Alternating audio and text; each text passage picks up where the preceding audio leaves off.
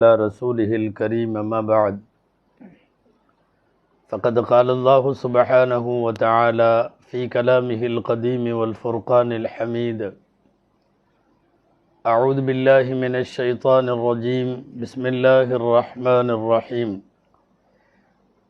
والذين اتبعوهم بإحسان رضي الله عنهم ورضوا عنه صدق الله العظيم. அளவற்ற அருளாளனும் நிகரற்ற அன்புடையோனுமாகிய எல்லாம் வல்ல அல்லாஹுவின் பெயரால் துவங்குகிறேன். அருமைநாயகம் முஹம்மதுர் ரசூலுல்லாஹ் ஸல்லல்லாஹு அலைஹி வஸல்லம் அவர்களின் மீதும் நற்பாக்கியங்கள் நிறைந்த அவர்களுடைய உம்மத்தின் மீதும் குறிப்பாக இக்காணொளியில் இணைந்திருக்கிற நம் அனைவர் மீதும் எல்லாம் வல்ல அல்லாஹுவின் நல்லருள் என்றென்றும் நிறைவாக உண்டாவதாக. ஆமீன். அல்லாஹுவின் பேரருளால் சற்றே இடைவெளிக்கு பிறகு இஸ்லாத்தின் வேர்களும் விழுதுகளும் உடைய 187வது தொடரில் 5வது நூற்றாண்டின் அபூர்வ ஆளுமைகளை குறித்த வரலாற்று தொடரில் இன்றைய தினம் மெய்நிலை கண்ட ஞானி முஹியுத்தீன் அப்துல் காதர் ஜெயிலானி கத்தஸல்லாஹு சிர்ரஹுல் அசீஸ் அவர்களுடைய வாழ்க்கை வரலாற்றையும் அவர்கள் இந்த உம்மத்திற்கு ஆற்றிய சேவைகளையும் மகத்தான பங்களிப்புகளையும் சாதனைகள் மிகுந்த அவர்களுடைய வாழ்க்கையும் இவைகளை பற்றியெல்லாம் நாம் இந்த தொடரில் அலசி பார்க்க இருக்கிறோம். முஹியுத்தீன் அப்துல் காதர் ஜெயிலானி கத்தஸல்லாஹு சிர்ரஹுல் அசீஸ் சந்தேகத்திற்கு இடமில்லாமல் சற்றேறக்குறைய 1000 வருடங்களுக்கு பின்னால் வரை உலகம் உவந்து போற்றுகிற ஒரு மிகப்பெரிய இறைநேசர் முஹியுத்தீன் அப்துல் காதர் ஜெயிலானி ரதியல்லாஹு அன்ஹு.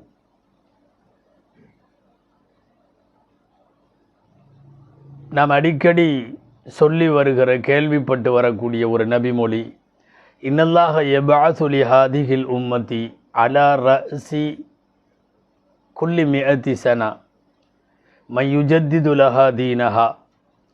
எல்லாம் வல்ல அல்லாஹ் ஒவ்வொரு நூற்றாண்டினுடைய துவக்கத்திலும் இந்த உம்மத்தை உயிர்ப்பிக்கின்ற ஒரு மிகப்பெரிய ஆளுமையை அல்லாஹ் இந்த சமுதாயத்திற்காக அனுப்புவான் என்பது நபிமொழி. அந்த அடிப்படையில் ஒவ்வொரு நூற்றாண்டிலேயும் உம்மத்தை தூக்கி நிறுத்துகிற, உம்மத்தின் பிரச்சனைகளுக்கு தீர்வு காணுகிற, உம்மத்தை முன்னேற்ற பாதையில் இட்டு செல்லுகிற ஒரு மிகப்பெரிய ஆளுமையை அல்லாஹ் ஒவ்வொரு நூற்றாண்டிலும் அனுப்புகிறான். 5ஆம் நூற்றாண்டினுடைய மிகப்பெரிய முஜத்திதாக இருப்பவர்கள் முஹியுத்தீன் அப்துல் காதர் ஜெயிலானி கத்தஸல்லாஹு சிர்ரஹுல் அசீஸ் அவர்கள். அப்துல் காதர் ஜெயிலானி அல்லது அப்துல் காதர் கீலானி என்று சொல்லுவார்கள் அவர்களுடைய ஊர் பெயரின் உச்சரிப்பை வைத்து. அபு முஹம்மது என்பது இவர்களுடைய பட்டப்பெயர். அபு முஹம்மது அப்துல் காதிர் இப்னு மூசா இப்னு அப்துல்லா என்று சுருக்கமாக சொல்லலாம். ஏராளமான பட்டப்பெயர்கள் இவர்களுக்கு உண்டு.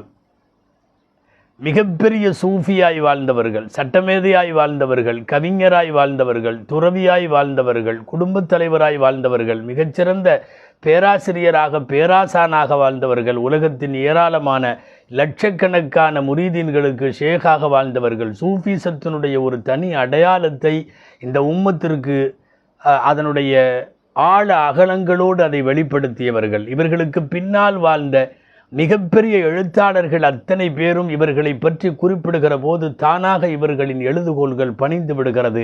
அப்படிப்பட்ட ஒரு அற்புதமான பேர் ஆளுமைதான் முஹியுத்தீன் அப்துல் காதர் ஜெயிலானி கத்தஸல்லாஹ். அவர்களின் பிறப்பிலிருந்தே இறைவன் அவர்களை ஒரு வழியாக அடையாளப்படுத்தியதால் ஏறத்தாழ 90 வயது வரைக்குமான அவர்களின் நீண்ட பெருவாழ்வில் ஆங்காங்கே அற்புதங்களோடு தான் அவர்களுடைய வாழ்க்கை பயணப்பட்டது. சில வருடங்கள் வரை இல்லை, சில வருடங்கள் இருந்தது என்றெல்லாம் சொல்ல முடியாமல் பிறந்த நாளிலே இருந்து இறக்கிற நாள் வரைக்கும் உலகத்திற்கு கராமத்துகள் என்கிற அற்புதங்களையும் அல்லாஹ் அவர்களிடமிருந்து வெளிப்படுத்தி காட்டினான். குடும்பத்தினுடைய பாரம்பரிய சிறப்பு ஒன்று, சாலிகான பெற்றோர்கள் ஒன்று, தரமான கல்வி ஒன்று, நல்லோர்களுடைய தொடர்பு ஒன்று, இதுவெல்லாம் சேர்ந்த கலவைக்கு பெயர் முஹியுத்தீன் அப்துல் காதர் ஜீலானி. அப்துல் காதர் என்பது அவர்களின் சொந்த பெயர்.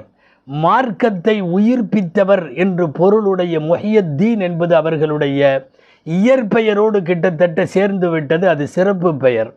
அந்த முஹியுத்தீன் என்கிற சிறப்பு பெயர்தான் இன்றைக்கு அடையாளமாகவே ஆறிவிட்டது. அவர்களின் நினைவாக அப்துல் காதர் என்று பெயர் வைப்பவர்களை விட அவர்களின் நினைவாக முஹியுத்தீன் என்று பெயர் வைப்பவர்கள் இந்த உலகத்திலே ஏராளம். இன்றைக்கும் நம்முடைய நாட்டிலும் உலகம் முழுக்க வாழுகிற லட்சக்கணக்கான முஹியுத்தீன்களே சாட்சி. இப்படி ஒரு பெருமகனுடைய வாழ்வு பெருவாழ்வாக இருந்தது என்பதற்கு ஒரு அத்தாட்சியாக அந்த வாழ்வை சொல்லலாம். ஏராளமான பட்டங்கள். முஹியுத்தீன் மட்டுமல்ல, ஷேഖு ஷுயூக் என்ற ஒரு பட்டம். இவர் ஷேகுகளுக்கெல்லாம் ஷேகானவர். சுல்தானுல் அவுலியா, அவுலியாக்களின் பேரரசர் என்பது இவருக்கு பட்டம். சுல்தானுல் ஆரிஃபீன், ஆன்மீக பெருமக்களினுடைய தலைமகன், அவர்களுடைய அரசர் என்று இவர்களுக்கு பெயர். பாசுல் அஷ்ஹப் என்கிற ஒரு சாம்பல் நிற பருந்து ராஜாளி, அந்த பறவையை ஒப்பிட்டு இவர்களை பாசுல்லாஹில் அஷ்ஹப் என்று அவர்களுடைய மாணவர்கள் அழைக்க துவங்கினார்கள். தாஜுல் ஆரிஃபீன் என்று அவர்களுக்கு பெயர் உண்டு. ஆன்மீகவாதிகளினுடைய, ஆன்மீக இறைநேசர்களினுடைய கிரீடம் என்பது அதற்கு பொருள். குதுபே பக்தாத் என்று பக்தாதின் அடையாளமாக அவர்களை சித்தரிப்பவர்களும் உண்டு. என் முஹியுத்தீன் அப்துல் காதர் ஜீலானி கத்தசல்லா அவர்களுக்கு சிறப்பு பெயர்களாக பல்வேறு கிதாபுகளிலே வந்ததையெல்லாம் தொகுத்து பார்க்கிற போது 160 பேர் இருக்குது. அப்துல் காதிர் என்கிற சொந்த பெயர் அல்லாமல் முஹியுத்தீனை போல, சுல்தானுல் அவுலியாவை போல அவர்களுக்கான சிறப்பு பெயர்கள் 160 பெயர்கள். அஸ்மா உல் கௌது சமதானி என்ற ஒரு சின்ன ரிசாலா 160 பெயர்களும் அந்த பெயர்களுக்கான காரணங்களும் அர்த்தங்களும் அதிலே தெரிவிக்கப்பட்டிருப்பதை பார்க்கிறோம். இந்த 160 சிறப்பு பெயர்களும் மிகைப்படுத்தப்படாமல் அப்படியே பொருந்தி விடுவது முஹியுத்தீன் அப்துல் காதர் ஜீலானி கத்தசல்லா அவர்களுக்கு சேரும். இவர்கள் ஹம்பலி மதுஹபின் சட்டமேதை, ஷாஃபி மதுஹபின் சட்டமேதை, ரெண்டிலும் மேதை. அதனால் தான் என்னவோ இவர்களின் ஃபத்துவாக்கள் 2 மதுஹபுகளின் கலவையாக இருக்கும்.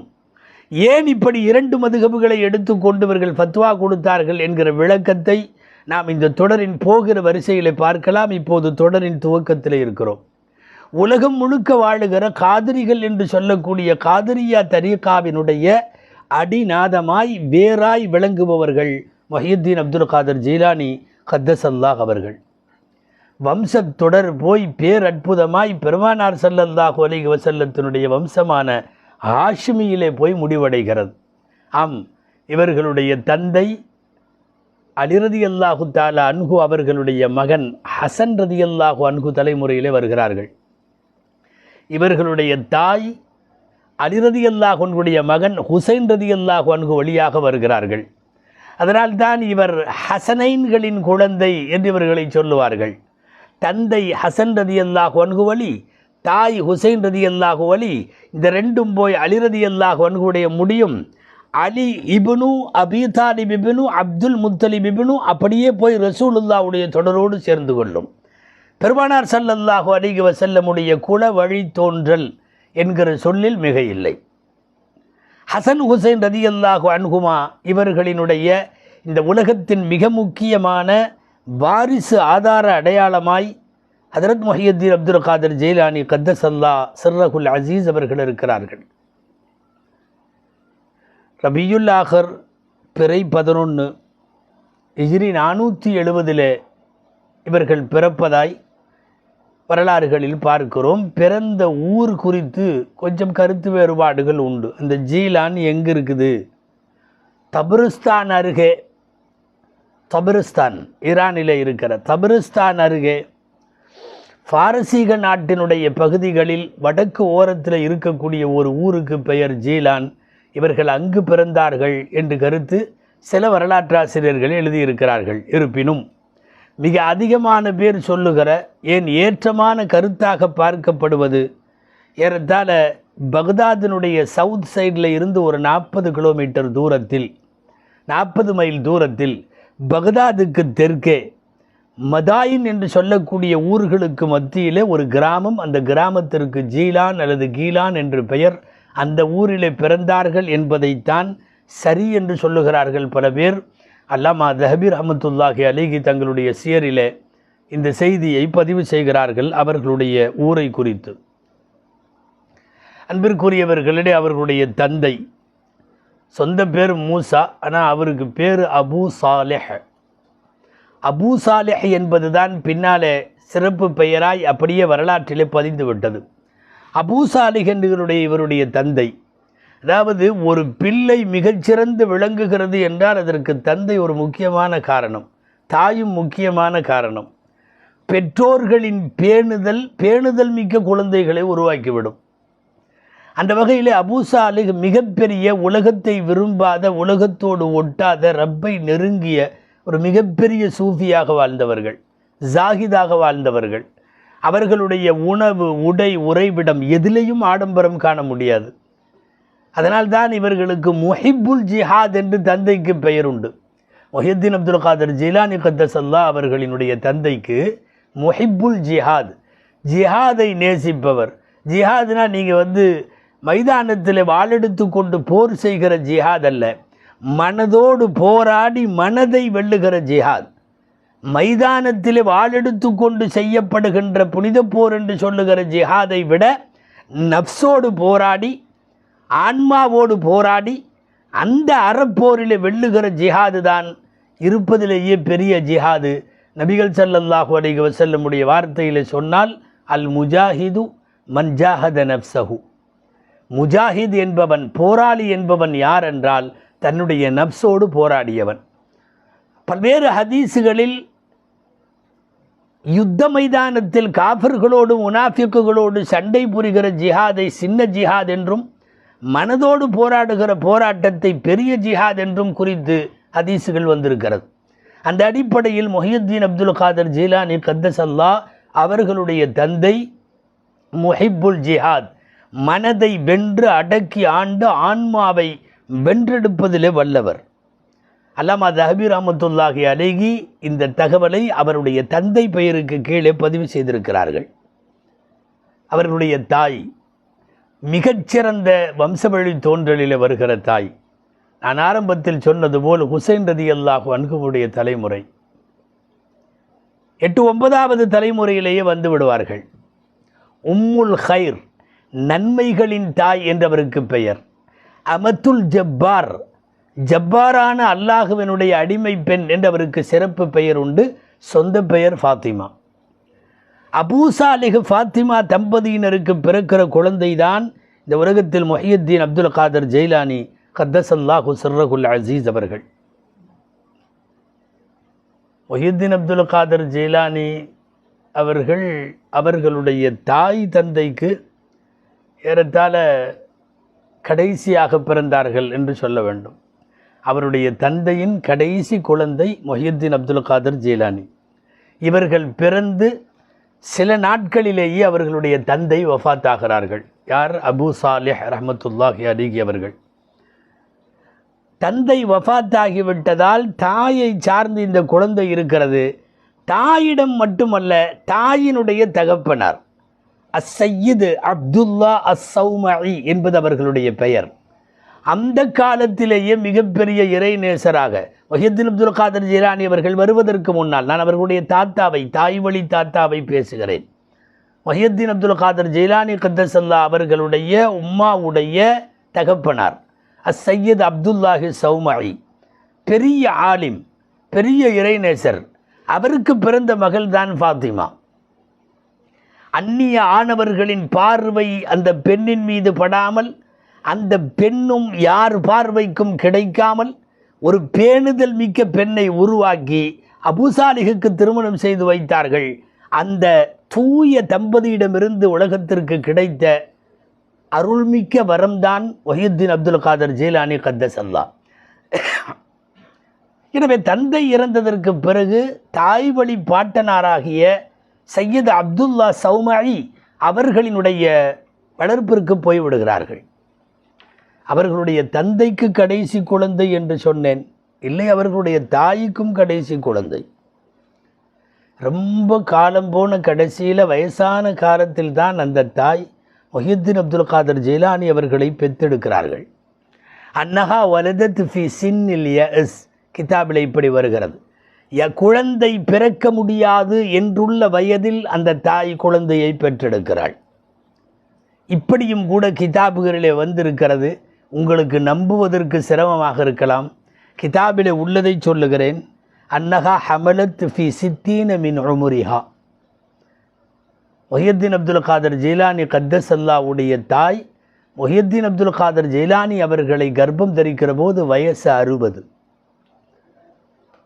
இப்போதெல்லாம் ஒரு 35-40 வயசுக்கு மேலே குழந்தை பெறுவது அசிங்கமாக கருதுகிறார்கள். பையன் 8வது வகுப்புக்கு போயிட்டான், புள்ள 8வது வகுப்பு போயிருச்சு, இனியெல்லாம் குழந்தை பிறக்கிறது என்று அசிங்கப்படுகிறார்கள். இதே உம்மத்தில் இதே சமுதாயத்தில் ஒரு 20-30 வருஷத்துக்கு முன்னாடி மாமியாரும் மருமகளுக்கும் ஒன்றாக பிரசவம் நடக்கும், அதுவெல்லாம் நமக்கு தெரியும். இங்கே அவர்களின் உதிரப்போக்கெல்லாம் நின்றுவிடும் என்று கருதப்படுகிற காலம் பெரும்பாலும் 55 to 60. ஆனால் குறைஷி பெண்களுக்கு மாத்திரம் இது சாத்தியம். அவர்களுக்கு அவ்வளவு சீக்கிரமாக உதிரப்போக்கு முடிவடையாது. 60வது வயது வரை குழந்தை பெற்றவர்கள் நிறைய பேர். 60வது வயதில் தான் முஹியுத்தீன் அப்துல் காதர் ஜெயிலானி கத்தஸல்லா அவர்களுடைய தாய் குழந்தையை பெறுகிறார்கள். முஹியுத்தீன் அப்துல் காதர் ஜெயிலானி கத்தஸல்லாவுடைய வரலாற்றை மிகவும் விரிவாகவும் செவ்வாய்விடவும் தொகுத்து தரக்கூடிய கலாயுதுல் ஜௌஹர் என்ற ஒரு கிதாபு, அதில் இந்த செய்தி இப்படி பதிவாகி இருக்கிறது. வதாலிக்க மஅரூஃபும் மினல் குரைஷியாத், குறைஷி பெண்கள் நிறைய பேருக்கு 60 வயசில் குழந்தை பிறப்பது என்பது சர்வசாதாரணமாய் நடந்திருக்கிறது. அன்னகுன் யஹ்மில்ன ஃபீ ஹாதிஹி ஸின், அவர்கள் இந்த 60 வயதில் குறைஷி பெண்கள் குழந்தையை பெற்றுக்கொள்வார்கள். அந்த மாதிரி முஹியுத்தீன் அப்துல் காதர் ஜெயிலானி கத்தஸல்லா சிர்ரஹுல் அசீஸ் அவர்களுடைய தாய் உம்முல் ஹைர் ஃபாத்திமா அவர்கள் 60வது வயதில் பெற்றெடுக்கிறார்கள். எனவே தாய்க்கும் கடைசி குழந்தை, அந்த தந்தைக்கும் ஏறத்தாழ கடைசி காலத்தில் பிறக்கிற குழந்தை. இதற்கு முன்னால் ஒரு குழந்தை, ஒரு சகோதரர் பிறந்தார். அவருக்கு அப்துல்லா என்று பெயர். அப்துல்லா அவர்களுடைய சகோதரருடைய பெயர் மிர்ஆத்து ஜமானிலே பதிவாகி இருக்கிறது. தாரீகுல் கபீர் என்கிற கிதாபில் அல்லாமா தஹபி ரஹ்மத்துல்லாஹி அலைஹி அந்த சகோதரரின் சில சூழ்நிலைகளை பதிவு செய்திருக்கிறார்கள். சில பேர் சொல்கிறாங்க முஹியுத்தீன் அப்துல் காதர் ஜெயிலானியை விட அவர் பெரியவர், சில பேர் சொல்கிறாங்க இளையவர். ஆனால் பெரும்பாலான பேருடைய கருத்துப்படி முஹியுத்தீன் அப்துல் காதர் ஜெயிலானி தான் கடைசி. அதற்கு முன்னாலே பிறந்தவர்கள் அப்துல்லா அவர்கள் சாலிகான மனிதராக இருந்தார். ஜீலான் என்கிற அவர்களுடைய சொந்த கிராமத்திலேயே வாழ்ந்தார். அப்துல்லாஹில் ஜீலானி அவர் பேர், அப்துல் காதர் ஜீலானி அவர்களுடைய சகோதரரின் பெயர். அப்துல்லா ஜீலானி சின்ன வயசிலேயே வாலிபராக இருக்கிற போதே வஃபாத்தாகிவிட்டார்கள். ஆக அந்த சகோதரரும் வஃபாத்தாகி, இவர்கள் பிறந்ததற்கு பின்னாலே தந்தையும் வஃபாத்தாகி, தாயோடு மட்டும் வாழுகிற போது தாய் வழி தாத்தா அப்துல்லாஹி சௌமஇ அவர்களோடு இவர்களுடைய வாழ்க்கை நகர்கிறது. பொதுவாக நான் இதெல்லாம் சொல்லது குடும்ப விஷயங்களை சொன்னதற்கு காரணம், ஒருவர் இறைநேசராக இந்த உலகத்தில் பரிணமிப்பதற்கு முன்னால் ரப்புல் ஆலமீன் இறைநேசராக தேர்ந்தெடுத்து விடுகிற போது சில பேரை பரம்பரையையே பரிசுத்தமாக்கி வைத்து விடுகிறான். உங்களுக்கு தெரியும், இந்த உலகத்தில் அவுலியாக்கள் பல ரகம். சில அவுலியாக்களினுடைய கடந்த கால வாழ்க்கை வேறு மாதிரி இருந்திருக்கும். ஏதாவது தப்பு தவறிலே கூட இருந்திருக்கும், தவறான தொழிலே கூட இருந்திருக்கும், அரச தர்பாரிலே ஆடம்பரத்திலே கூட மூழ்கி இருப்பார்கள். எப்போது இறைநேசம் கிடைக்கிறதோ எல்லாவற்றையும் உதறி தள்ளிவிட்டு ரப்பே போதும் என்று அவர்கள் வருகிற போது இந்த உலகத்தில் பலியாக அவுலியாக்களிலே அவர்கள் அடையாளம் காணப்படுகிறார்கள். இது இடையில ஏற்படக்கூடிய விலாயத். சில பேருக்கு அல்லாஹ் பிறப்பிலிருந்தே விலாயத்தை கொடுத்து விடுவான். பிறக்கிற போதே அவர்கள் வழியாகத்தான் பிறப்பார்கள். அந்த அளவுக்கு அந்த பரம்பரையும் இருக்கும், அவர்களினுடைய வம்ச பரிசுத்தமும் இருக்கும். முஹியுத்தீன் அப்துல் காதர் ஜெயிலானி கத்தஸல்லா இந்த வகையை சார்ந்தவர்கள். ஹசன் ஹுசைன் ரலியல்லாஹு அன்ஹுமாவினுடைய பாரம்பரிய வழித்தோன்றலில் பிறக்கிற போதே வழியாக பிறக்கிறார்கள். ஏன், அவர்கள் பிறந்த நேரத்தில் அப்போது ஏற்பட்ட ரமதானுடைய காலங்களில் அவர்கள் ரமதானுடைய பகல் காலங்களில் தாயிடம் பால் குடிக்க மாட்டார்கள் என்று பதிவாக இருக்கிறது. ஆதாரபூர்வமான அவர்களுடைய வரலாற்று நூல்களிலேயே கலாயிதுல் ஜௌஹரில் எழுதியிருக்கிறார்கள். அந்த கிதாபில் இருக்கிறது, அவர்கள் ரமலானுடைய பகல் காலங்களில் சூரியன் மறையும் வரை தாயிடம் பால் குடிக்க மாட்டார்கள்.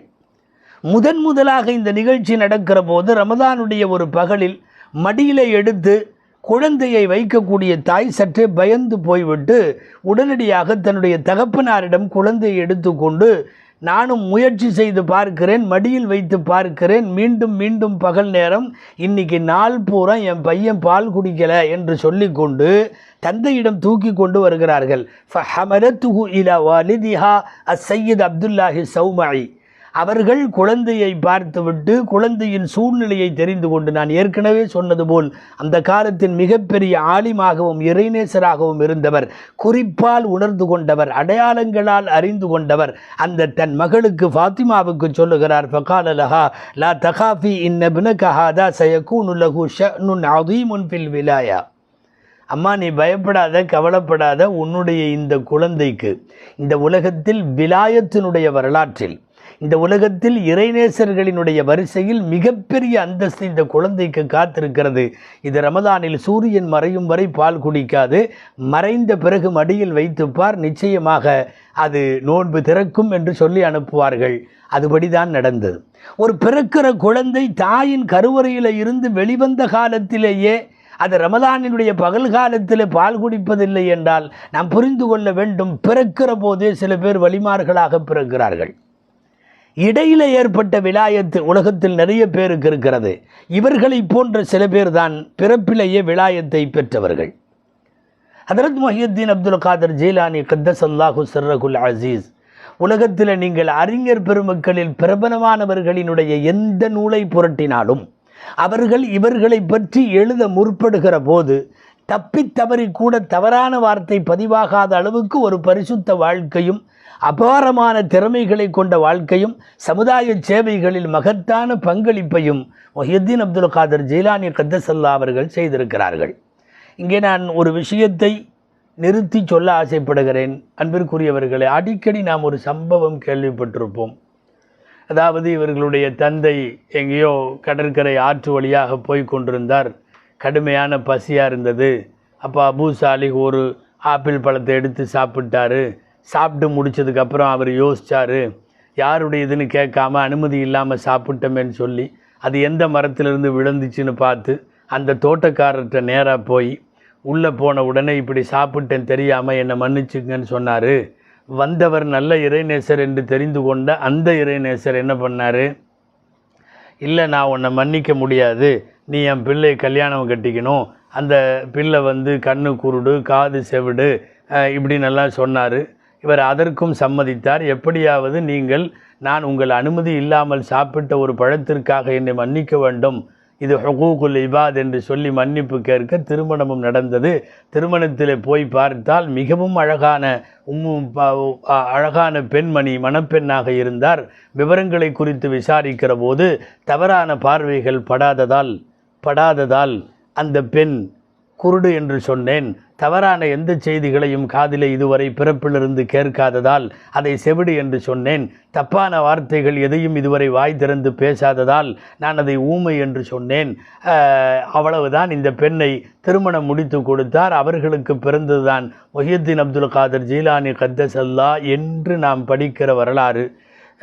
ஆலிம் பெருமக்கள் கோபிக்கக்கூடாது, அதிகாரப்பூர்வமான கிதாபுகள் எதிலையும் இது கிடைக்கவில்லை.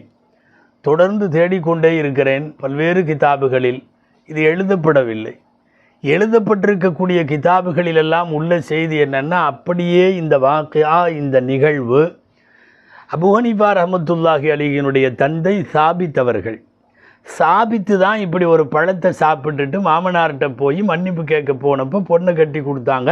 அந்த 2 தம்பதியினர்களுக்கு பிறந்தவர்கள் தான் அபூ ஹனீஃபா ரஹ்மத்துல்லாஹி அலைஹி என்று நிறைய கிதாபுகளில் பதிவாகி இருக்கிறது. ஆனால் முஹியுத்தீன் அப்துல் காதர் ஜீலானி அவர்களுடைய வரலாற்றை பதிவு செய்யக்கூடிய ஏராளமான நூல்கள் எதிலையுமே இந்த சம்பவம் பதிவாக இல்லை. ஆனாலும் பிரபலமாக இருக்கிறது. நான் இங்கே இன்னொன்றையும் சொல்லுகிறேன். இது காது வழியாக சின்ன வயசில் இருந்து நாம் கேட்ட சம்பவம். ஏன் இந்த சம்பவத்தை நான் உட்பட பேசியிருக்கிறேன், பயானில் நாமெல்லாம் பேசியிருக்கிறோம், கேட்டிருக்கிறோம், நானும் பேசியிருக்கிறேன். ஆனால் எந்த கிதாபிலே வந்ததென்று தெரியவில்லை, அவ்வளவு பிரபலம்.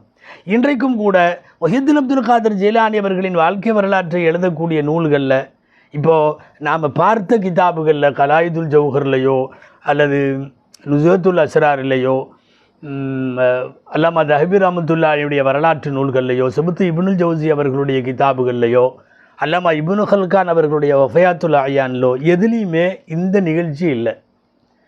சரியா, அப்போ எப்படி வந்திருக்கும், இல்லாமையா சொல்லியிருப்பாங்கன்ற உங்கள் கேள்வி நியாயமானது, எனக்கு புரியுது. உருது கிதாபுகள் சிலவற்றில் முஹித்தீன் அப்துல் காதர் ஜீலானி கத்தஸல்லாவை பற்றி தொடங்குறப்பவே இதில் தான் தொடங்கியிருக்காங்க, இந்த சம்பவம் எழுதப்பட்டிருக்கிறது. ஆனால் அந்த உருது நூல்களை எடுத்து பார்க்கிற போதும் இது எந்த மூல நூலிலே இருந்தவர்கள் எடுத்தார்கள் என்று கிடைக்கவில்லை. நான் இந்த சம்பவம் அறவே இல்லை என்று சொல்ல வரவில்லை, தேடிய வரைக்கும் கிதாபுகளில் கிடைக்கவில்லை. ஒருவேளை இந்த தொடர் முடிவதற்குள்ளாக கிடைக்குமானால் அது எந்த நூல் என்கிற ஆதாரத்தோடு அதை பதிவு செய்யலாம். ஆனால் அந்த சம்பவம் நடந்திருக்கலாம். காரணம், அப்படிப்பட்ட பேணுதல் மிக்க தந்தை தான் முஹித்தீன் அப்துல் காதர் ஜீலானி அவர்களுடைய தந்தை அபூ சாலிஹ் அவர்கள். அப்படி தவறான வார்த்தைகள் பேசாத, கேட்காத, பார்க்காத அப்படிப்பட்ட பெண் தான் முஹித்தீன் அப்துல் காதர் ஜீலானி அவர்களுடைய தாய் உம்முல் ஹைர் ஃபாத்திமா ரதியல்லாஹு அன்ஹா அவர்கள். ஆக ஒரு பரிசுத்தமான தம்பதிக்கு குழந்தையாக முஹித்தீன் அப்துல் காதர் ஜீலானி கத்தஸல்லாஹு சிர்ரகுல் அஜீஸ் அவர்கள் இந்த மண்ணிலே வருகிறார்கள். சின்ன வயசிலெல்லாம் ஒரு 6 வயதிலிருந்து உள்ளூரில் இருக்கக்கூடிய அரபி கல்விகளை எல்லாம் கற்று முடித்துவிட்டு அவர்கள் அதற்கு மேல் உயர்கல்விக்காக சுமார் 17 வயது 18வது வயதில் அவர்கள் வெளியிலே கிளம்ப வேண்டிய சூழ்நிலை வருகிறது. விளையாட்டு பசங்க விளையாடுவாங்க. ஒரு நாள் விவசாயத்திற்கு பயன்படுத்துகிற உழவு வேலை செய்கிற ஒரு மாட்டுக்கு பின்னாலே இவர்கள் போய்கொண்டிருக்கிறார்கள். அந்த மாட்டோடு இவர்கள் விளையாடி கொண்டிருந்த போதுதான் மாடு திரும்பி பார்த்து பேசியிருக்கிறது, அப்துல் காதிரே, நீ இங்கே இருந்து இதற்கெல்லாம் படைக்கப்படவில்லை. மாடு திரும்ப பேசியிருக்கிறது, யா அப்துல் காதர் மா லிஹாதா ஹுலிக்த, நீ இதற்கு படைக்கப்பட்ட ஆள் அல்ல, போயிருன்னு சொன்னதுக்கு அப்புறம் வந்தவர்கள் தனியாக நீண்ட நெடுநேரம் சிந்தித்தார்கள். உள்ளூர் கல்வியெல்லாம் படித்து முடித்துவிட்டு அடுத்து இனி மேல் படிப்புகள் கிதாபுகளை தொடங்க வேண்டும் என்றிருக்கிற சூழ்நிலையில் தாயிடம் போய் சொல்லுகிறார்கள், நான் வெளியூருக்கு போய் ஓத வேண்டும், நான் ஓதப் போகிறேன், நான் பக்தாதுக்கு போக ஆசைப்படுகிறேன், நான் கல்வியிலே சிறந்து விளங்கவும் சாலிகின்களை சந்திக்கவும் என்னுடைய பயணம் காரணமாக அமையும், என்னை அனுப்பி வையுங்கள் என்று சொல்ல சற்றே தயங்கினாலும் வருந்தினாலும் எண்ணாத எண்ணமெல்லாம் எண்ணி பெற்றெடுத்த ஆசை குழந்தையை அன்போடு அரவணைத்து அருகில வைத்து கொள்ளத்தான் எந்த தாயும் விரும்புவாள் என்றாலும் அந்த இறைநேசரனுடைய வருங்கால சூழல் சிலது அந்த புண்ணியவதியான தாய்க்கு புரிந்திருக்க வேண்டும். அவர்கள் அனுப்பி வைக்க சம்மதித்தார்கள். உடனடியாக அவங்க தகப்பனார் அபூ சாலிஹ் அவர்கள் மௌத்தாகும் போது 80 தீனார் வச்சிருந்தார். அதை ஒரு துணியில் முடிந்து வைத்திருந்த அந்த தாய் 80 தீனாரையும் இவர்கள் கையில் கொடுத்து, நீ பக்தாதுக்கு போ, இதை வைத்து கொண்டு ஓதுவதற்கு போ, உன் செலவுக்கு இது இருக்கட்டும் என்று 80 தங்க காசுகளை கையில் கொடுத்த போது முஹித்தீன் அப்துல் காதர் ஜீலானி கத்தஸல்லாஹு அவர்கள் தங்களுடைய 18வது வயதில் தந்தை விட்டு போன எல்லாமே தனக்கு சொந்தமல்ல என்று புரிந்து 40 தீனாரை தனியாக பிரித்தெடுத்து அம்மாவிடம் கொடுத்து, இது என் சகோதரன் அப்துல்லாவுக்கு சேர்ந்தது, எனக்கானது 40 தீனார் மட்டும்தான், நான் 40 தீனாரை எடுத்துக்கொள்ளுகிறேன் என்று 40ஐ மாத்திரம் கையில் வைத்து கொண்டு எஞ்சிய 40ஐ அம்மாவிடமே திரும்பி கொடுக்க, அந்த வாங்கிய அம்மா 40 தீனாரை அவருடைய சட்டை பையில் விழா எலும்பு பக்கத்தில் அவருடைய கக்கத்துக்கு கீழே ஒரு முடிச்சு போட்டு, அவ்வளவாக யாரும் பார்த்துவிட முடியாதபடி, இப்படி கை வைத்து விட்டால் மறைந்து போகும்,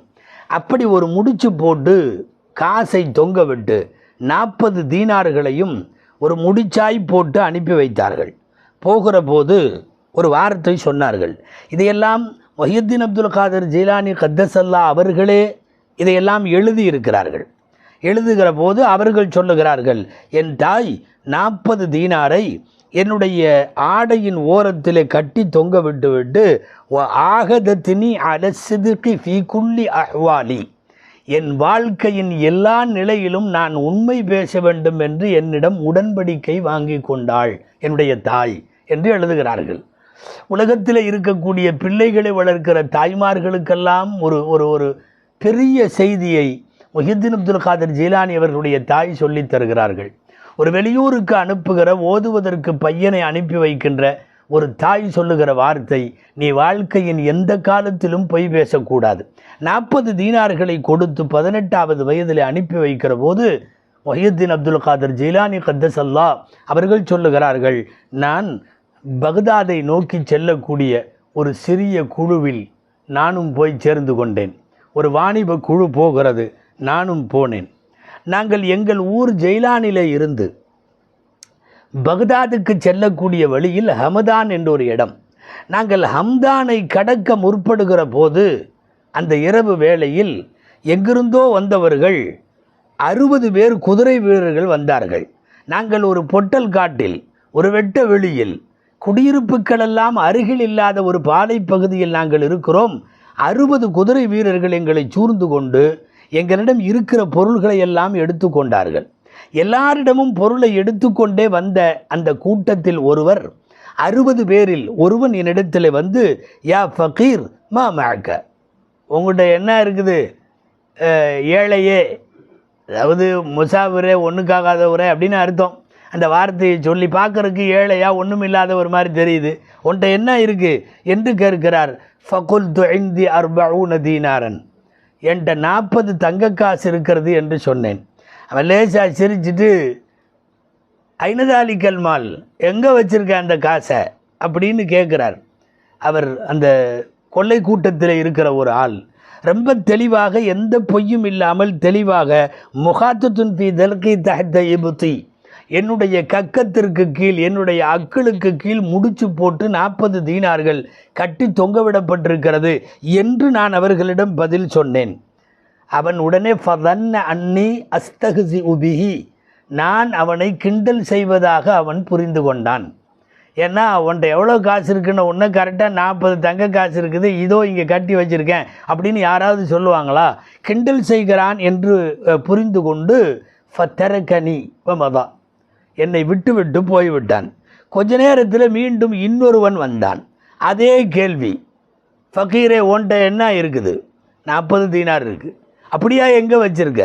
இதோ என்னுடைய அக்குளுக்கு கீழே அது கட்டி ஒரு முடிச்சாக தொங்க விடப்பட்டிருக்கிறது. அவனும் கிண்டல் செய்வதாக நினைத்து கொண்டு போய்விட்டான். கொஞ்ச தூரத்தில் போனவர்களெல்லாம் ஒரு மேட்டில் உட்கார்ந்து கொண்டு இந்த வாணிப குழுவிடம் வாங்கிய பொருட்களை எல்லாம் அவர்களுக்கிடையில் பங்கு பிரித்து கொண்டிருக்கிறார்கள். பங்கு பிரித்து கொண்டிருக்கிற போது ஒருவன் சொன்னான், ஒரே ஒரு பையன் வாலிபன் அதில் இருக்கிறான், அந்த வாலிப பையன் 40 தங்க காசு முடிச்சு போட்டு வச்சிருக்கிறேன்னு என்கிட்ட சொல்கிறான் என்று சிரித்து கொண்டே ஒருவன் சொல்ல, இன்னொருவன் எழுந்து சொல்லுகிறான், ஆமாம் எங்கிட்டையும் அப்படி தான் சொன்னான். அப்போ அந்த கூட்டத்திற்கு தலைவன் ஒருவன் இருக்கிறான். கூட்டத்திற்கு தலைவன் 2 பேரும் ஒரே மாதிரி சொல்கிறத பார்த்தா அந்த பையன் உண்மையாகவே வச்சுருக்கானோ என்னமோ. ஏன்னா ஒருத்தருக்கு அந்த பதிலை சொல்லலை, 2 பேர்த்திட்டையும் ஒரே பதிலை சொல்கிறாரு.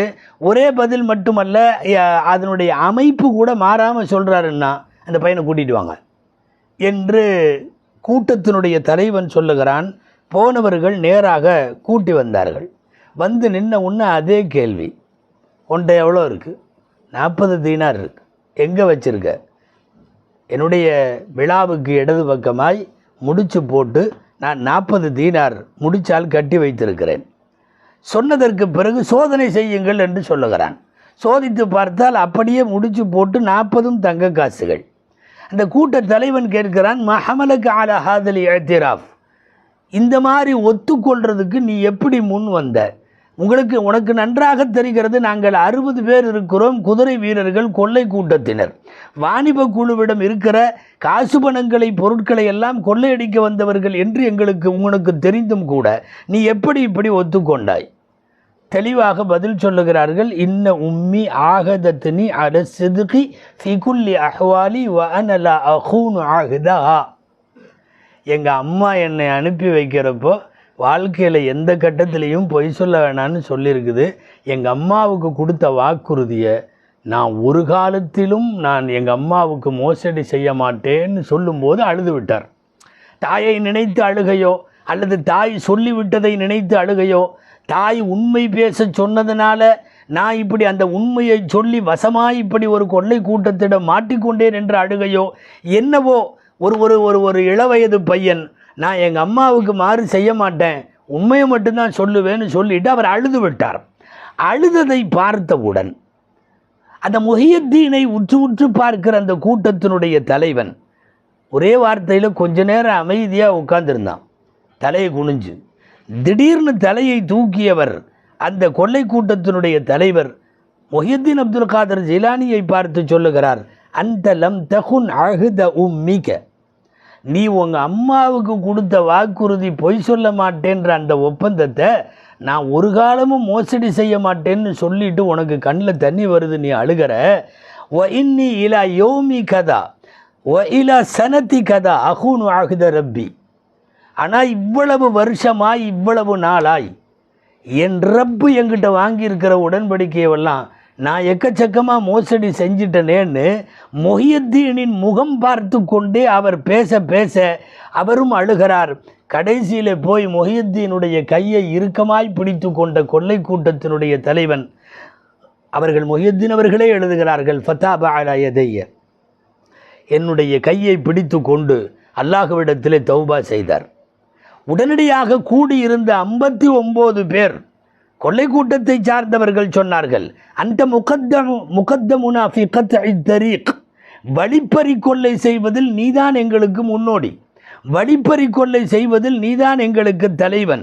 வ அன்தல் ஆன முகத்திமுனா ஃபி தௌபா, அல்லாஹ்விடத்தில் பாவங்களுக்காக தௌபா செய்வதிலேயும் நீயே முந்தியவனாகிவிட்டாய், அதிலேயும் நீங்கள் தான் இப்போ தலைவர் என்று சொல்லி ஃபதாபு குல்லுஹும் அலா யதி, அவர்கள் எல்லோரும் என்னுடைய கையை பிடித்து தௌபா செய்தார்கள்.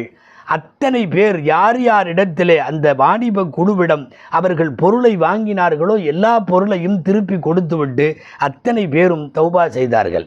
முஹியத்தீன் அப்துல் காதர் ஜிலானி கத்தஸல்லா அவர்கள் எழுதுகிறார்கள், என்னுடைய வாழ்க்கையில் என் கையை பிடித்து முதலில் தௌபா செய்தது இந்த 60 பேர் கொள்ளை கூட்டத்தினர். ஆச்சரியம் என்ன தெரியுமா, கொள்ளை கூட்டத்தினுடைய தலைவர் பின்னாலே மிகப்பெரிய வழியாய் மிகப்பெரிய அவுலியாக்களினுடைய கூட்டத்தில் ஆகி ஏராளமான பேருக்கு ஆன்மீக பாடத்தை புகட்டியவர் என்கிற வரலாறு நமக்கு அடுத்தடுத்து வருகிறது. அன்பிற்குரியவர்களே, சில பேரை பார்த்தாலே போதும் அவர்கள் ஈமானும் வரும், தௌபாவும் வரும், திருந்துகிற உள்ளமும் வரும். வெறுமனே ஒருத்தர் உண்மையை சொன்ன உடனே நாங்களும் திருந்திடுறோம் அப்படின்னு அவங்க திருந்தினதல்ல இது. முஹியத்தீன் அவர்களுடைய முகம் பார்க்கிற போது உள்ளத்திலே போய் அந்த முஹியத்தீன் ஊடுருவி வேலை செய்கிறது என்று பொருள். சில பேரின் பார்வைக்கு அல்லாஹ் அப்படிப்பட்ட காந்த சக்தியை வைத்திருக்கிறான். நல்லடியார்களுக்கு அப்படிப்பட்ட பார்வைகள் இருப்பதை யாரும் மறுக்க முடியாது என்பதற்கு இது நிதர்சனமான சான்று. இன்ஷா அல்லாஹ் தொடர்ந்து பேசுவோம். முஹியத்தீன் அப்துல் காதர் ஜிலானி கத்தஸல்லா அவர்களின் வாழ்க்கை வரலாற்றை. அல்லாஹு ஜல்ல ஷானஹு தஆலா இது போன்ற மகான்களின் பெருமக்களின் துஆவுக்குரிய மக்களாய் அல்லாஹ் நம்மை ஆக்கி அருள்வானாக. ஆமீன். வாஹிர் தஅவானா அல்ஹம்துலில்லாஹி ரப்பில் ஆலமீன். அஸ்ஸலாமு அலைக்கும் வரஹ்மத்துல்லாஹி வபரகாத்துஹு.